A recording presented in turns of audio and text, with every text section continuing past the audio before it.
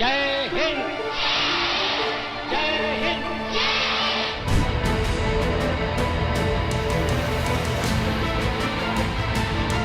ಅಂದು 1885 ಬ್ರಿಟಿಷರ ಕಪಿಮುಷ್ಟಿಯಲ್ಲಿ ಭಾರತ ಗುಲಾಮಗಿರಿಯಲ್ಲಿ ನಲುಗುತ್ತಿತ್ತು.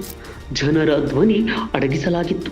ದೇಶದ ಮೂಲೆ ಮೂಲೆಯಿಂದ ಬಂದ ನಾಯಕರು ದೇಶದ ಸ್ವಾತಂತ್ರ್ಯಕ್ಕಾಗಿ ಬಾಂಬೆಯಲ್ಲಿ ಮೊದಲ ಬಾರಿಗೆ ಒಟ್ಟುಗೂಡಿದ್ರು. ಬ್ರಿಟಿಷರ ಶೋಷಣೆಯ ನೆರಳಿನಲ್ಲಿ ಸ್ವಾತಂತ್ರ್ಯದ ಕನಸು ಹೊತ್ತು ಇಂಡಿಯನ್ ನ್ಯಾಷನಲ್ ಕಾಂಗ್ರೆಸ್ ಉದಯವಾಯಿತು. ಈ ನಾಯಕರು ಆರಂಭದಲ್ಲಿ ಸಂಪೂರ್ಣ ಸ್ವಾತಂತ್ರ್ಯಕ್ಕಾಗಿ ಆಗ್ರಹಿಸಲಿಲ್ಲ.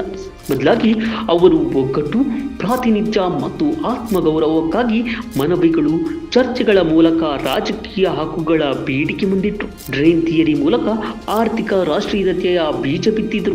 ಬ್ರಿಟಿಷರು ಭಾರತದ ಸಂಪನ್ಮೂಲವನ್ನು ಹೇಗೆ ಲೂಟಿ ಮಾಡುತ್ತಿದ್ದಾರೆ ಎಂಬುದನ್ನು ಜನರಿಗೆ ಮನ ಮುಟ್ಟುವಂತೆ ತಿಳಿಸಿದ್ರು. 1885 ಜಾಗರೂಕತೆಯ ಹೆಜ್ಜೆಗಳಿಂದ ಹಿಡಿದು 1947 ಸ್ವಾತಂತ್ರ್ಯದ ವಿಜಯದ ಘರ್ಜನೆವರೆಗೂ ನಿರಂತರ ಹೋರಾಟಕ್ಕೆ ಭದ್ರ ಅಡಿಪಾಯವಾಗಿತ್ತು. ನಮಗೆ ಸಿಕ್ಕಿರುವ ಸ್ವಾತಂತ್ರ್ಯ ಉಡುಗೊರೆಯಲ್ಲ, ಇಲ್ಲಿ ಸಣ್ಣ ಕಿಡಿಯಿಂದ ಆರಂಭವಾದ ಸುದೀರ್ಘ ಪಯಣ ಎಂಬುದನ್ನು ಈ ಬಾರಿಯ ಸ್ವಾತಂತ್ರ್ಯದ ದಿನದಂದು ನಾವೆಲ್ಲರೂ ನೆನೆಯೋಣ.